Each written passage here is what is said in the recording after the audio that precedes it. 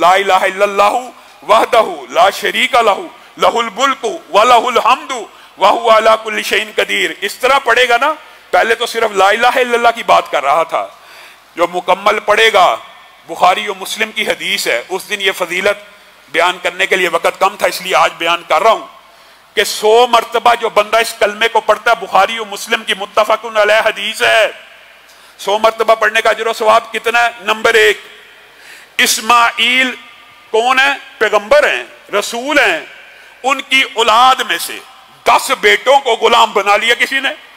अब उनको आजाद करवाने के लिए एक बंदे ने पैसे लगाए, लाखों करोड़ों पैसे से उन बंदों को आजाद करवा लिया, और एक बंदे ने सिर्फ 100 मरतबा ला इलाहा इल्लल्लाहु वहदहु ला शरीका लहू लहुल मुल्कु व लहुल हम्दु व हुवा अला कुल्लि शैइन कदीर पढ़ा। नबी करीम सल्लल्लाहु अलैहि वसल्लम ने फरमाया, इस बंदे के नामा आमाल में 10 इस्माइल के गुलाम बेटों को आजाद करने का अजर व सवाब लिख दिया जाएगा। क्या रसूलुल्लाह की बात पे शक है? तो पढ़ते क्यों नहीं? वजह क्या? हमें बस पर्ची चाहिए, हमें बस नुस्खा चाहिए, जो वो दे, और दे भी कौन? जो 20-20 साल से नहाया नहीं, खुद नहीं पढ़ना। ये 100 मरतबा पढ़ेंगे तो इस्माइल के 10 बेटों की आजादी का सवाब है, और इसी पर बस है। बहुत से भाई सवाल पूछते हैं, मैं आज आपको शरह सदर के साथ ये बात कहता हूं, जादू जितना मर्जी पुराना हो, शैतानी वसवसे जितने ज्यादा हो, बंदिश, रिज़्क, नजर बद, असेब, जादू, बदरू, आजकल ये भी एक धंधा बन गया है। अगरचे रुकिया शरिया इस्लाम में है, लेकिन अब मैंने देखा ये एक धंधा और कारोबार बनता जा रहा है। जितना मर्जी पुराना जादू वो हदीस के अल्फाज के ऊपर गौर कीजिए। नबी करीम सल्लल्लाहु अलैहि वसल्लम ने फरमाया, 100 मरतबा सुबह पढ़ेगा तो शाम तक शयातीन और जिन्नात के शर से महफूज हो जाएगा। जादू किन 2 चीजों से होता है? या जिन्नात के जरिए, काहन अपने जिन्नात जो उनके मददगार होते हैं उनको भेज के बंदे को डिस्टर्ब करते हैं, या अल्फाज से। अल्फाज के भी असरात होते हैं। आप किसी बच्चे को जिसके अंदर कॉन्फिडेंस ना हो, आप उसको कहते रहे ना, बकअप करते रहे, तू बड़ा अच्छा है, तू बड़ा अच्छा है, तू बड़ा अच्छा सुना रहा है, तू बड़ा अच्छा जा रहा है, तू बड़ा अच्छा पढ़ रहा है, तो सिर्फ अल्फाज की वजह से अल्लाह ताला वो बीमारी दूर कर देता है। इसी तरह बुरे अल्फाज के भी असरात होते हैं, हमें इस बात का इनकार नहीं है। मसलन आप किसी बंदे को गाली देना शुरू करते हैं, तू ये है, तू ये है, आप देखेंगे आपने उसको सिर्फ बगैरत ही कहा ना, तो उस बंदे का ब्लड प्रेशर बढ़ जाएगा।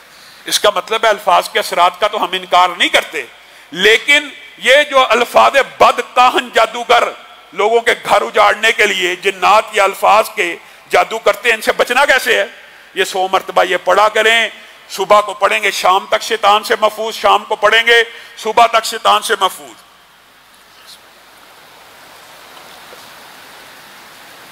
और सही इब्ने हिब्बान के अंदर ये बात भी मैं आपको बताऊं, ये अल्लाह को भी पता होता है बंदों का, और रसूलुल्लाह सल्लल्लाहु अलैहि वसल्लम भी उम्मत की नफ्सियात शायद जानते थे।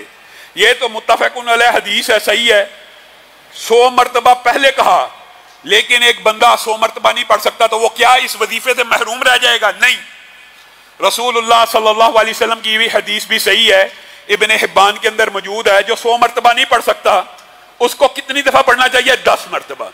और 10 मरतबा पढ़ने का अजर व सवाब क्या है? पहले तो 100 मरतबा पढ़ने के 10 गुलामों की आजादी थी, और सुबह से शाम तक शैतान से बचना था। यहां सही हदीस के अल्फाज हैं, सिर्फ 10 मरतबा पढ़ेगा तो 4 गुलामों की आजादी का सवाब मिल जाएगा। यानी तखफीफ कर दी, आपके और मेरे ऊपर आसानी कर दी। पहले 10 से 1 आजाद होता था, अब 10 से कितने आजाद हो रहे हैं? 4 आजाद हो रहे हैं। और जो अगली फजीलत है, अल्लाह की भी ये रहमत है, और मोहम्मद रसूलुल्लाह सल्लल्लाहु अलैहि वसल्लम की भी ये इंसान बीनी की और उम्मत की नफ्सियात जानने की कितनी अजीम बात है। रसूलुल्लाह ने वो फजीलत इसके अंदर भी नहीं छीनी। कहा जो सुबह 10 मरतबा पढ़ लेगा शाम तक शैतान से बच जाएगा, जो शाम को 10 मरतबा पढ़ लेगा सुबह तक शैतान से बच जाएगा।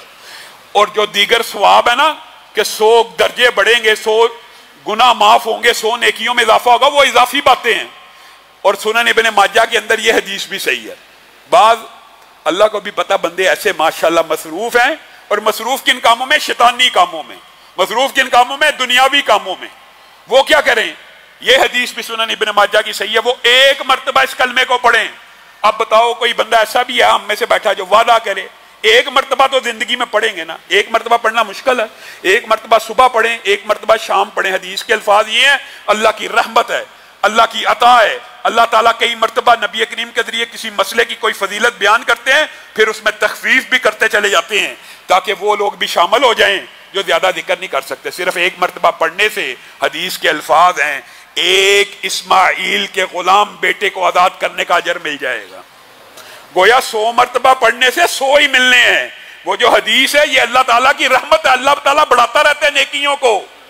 اور ویسے بھی یہ عام فہم لاجیکل بات ہے, 10 کی بات ہے تو اللہ تعالیٰ تو 10 سے ہر چیز کو ضرب نیکیوں کو دیتا رہتا ہے.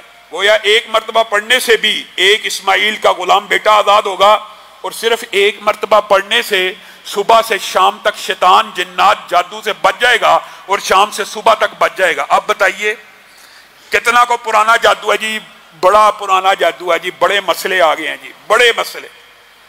100 مرتبہ صبح اور شام اپنے گھر میں یہ وظیفہ پڑھ لیں, میں آپ کو گارنٹی دیتا ہوں جتنا مرضی پرانا جادو ہو, جتنا مرضی برا تویز ہو, جتنے مرضی اثرات بد الفاظ کے ہوں یا جنات کے ہوں, اس وظیفے کے سامنے نہ جن ٹک سکتا ہے نہ برے الفاظ ٹک سکتے.